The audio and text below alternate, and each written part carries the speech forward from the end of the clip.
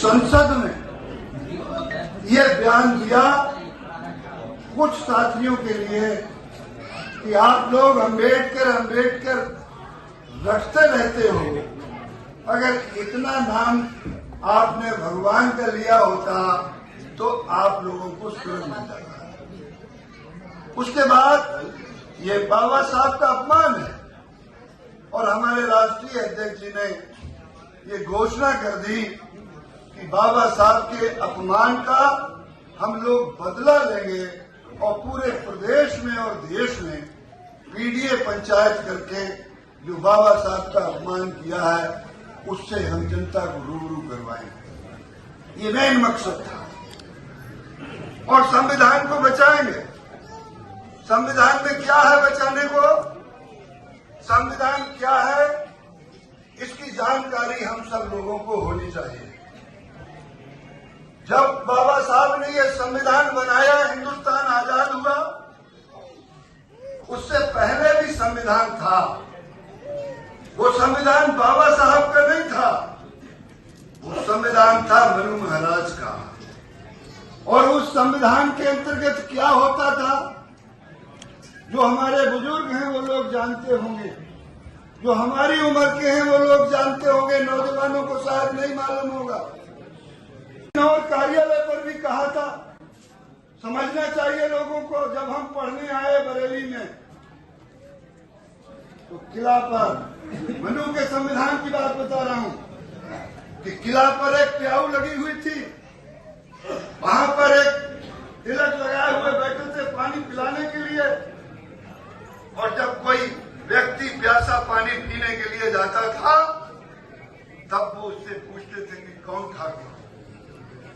अगर उसने कह दिया कि हम जाटव हैं, वाल्मीकि हैं, धानुक हैं, शेड्यूल कास्ट का कोई भी नाम ले दिया तो एक नाद रखी हुई थी जिसमें पानी भरा हुआ था, जिसमें पशु भी पीता था, जिसमें पक्षी भी पीता था, उधर को वो उंगली उठा देता था कि आपका स्थान वहां पर है, आप जाकर के वहां पानी पिए। अगर किसी ने कह दिया हम महल गडरिया गुजर नाई तेली हैं, तब भी वो लोटे से पानी नहीं पिलाता था। तब पिलाता था लोटे से, बांस के पोंगले में पानी डालता था, उस बांस से हम लोग पानी पीते थे। ये था हम लोगों का संविधान। बाबा साहब ने जब संविधान लागू किया तब हम लोगों को बराबर का हक मिला। और केवल इतना ही हक मिला है कि छुआछूत कम हो गई। बताइए मुझे, जो बाबा साहब ने आरक्षण की नींव रखी, इसलिए रखी, बाबा साहब ने कहा था कि हमारे समाज में कुछ जातियां बीमारू जातियां हैं, कमजोर जातियां हैं, जिनके पास साधन नहीं है, जिनके पास जमीन नहीं है, उनके लिए नौकरियों में आरक्षण होना चाहिए। बाबा साहब ने कहा। हमने, जब हम राज्यसभा में थे मिठाई लाल जी, हमने प्रश्न किया कि आप बताइए न्यायपालिका में शेड्यूल कास्ट का आरक्षण पूरा है, बैकवर्ड का आरक्षण पूरा है? वहां से क्या जवाब आता है? जो 27% का आरक्षण है उसमें बैकवर्ड केवल 2% और शेड्यूल कास्ट के आरक्षण में केवल 16 पॉइंट पूरे हो गए थे। तो आरक्षण को कभी पूरा नहीं किया उन्होंने।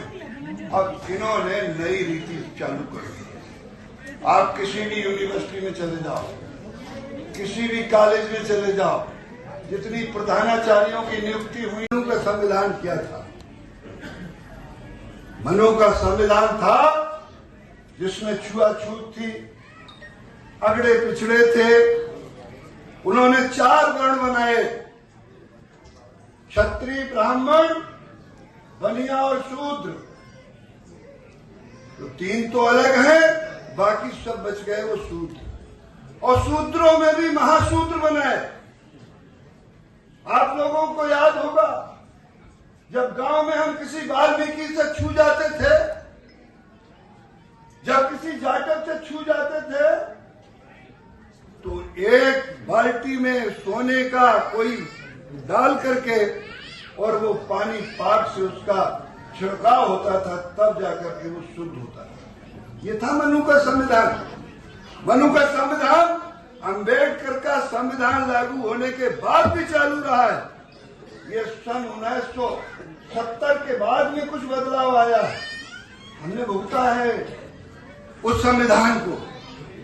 मैं 2 किस्से आप लोगों को सुनाऊंगा कि अंबेडकर साहब का संविधान क्यों अच्छा है और पहले का संविधान क्यों खराब था। अगर ये भारतीय जनता पार्टी थोड़े दिन और सत्ता में रहेगी तो बाबा साहब का संविधान खत्म हो जाएगा और फिर से वो मनु का संविधान लागू हो जाएगा। इसलिए भारतीय जनता पार्टी को हटाना जरूरी है।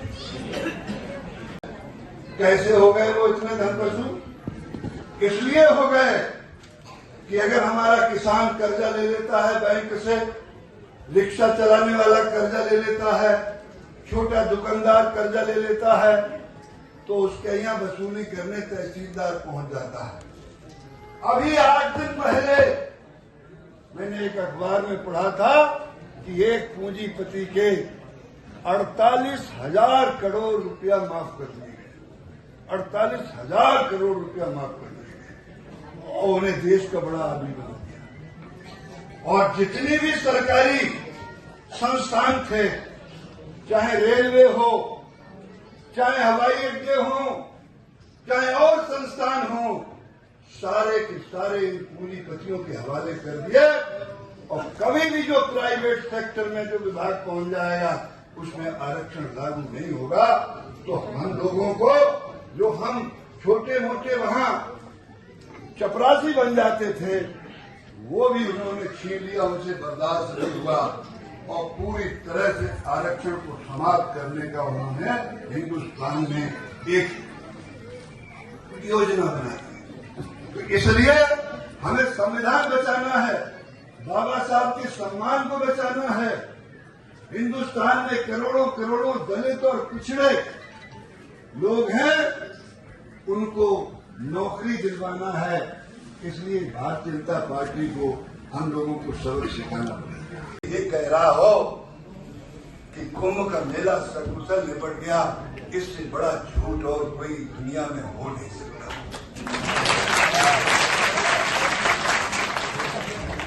तो झूठ बोलने में माहिर है। इन्हें 3 चीजों पर कब्जा कर लिया। अटल जी हंस रहे हैं बेटे, 3 चीजों पर कब्जा कर लिया। देश की पूंजी पर इन्होंने कब्जा कर लिया। इस समय हिंदुस्तान की नहीं, विश्व की सबसे बड़ी पूंजीवादी पार्टी भारतीय जनता पार्टी।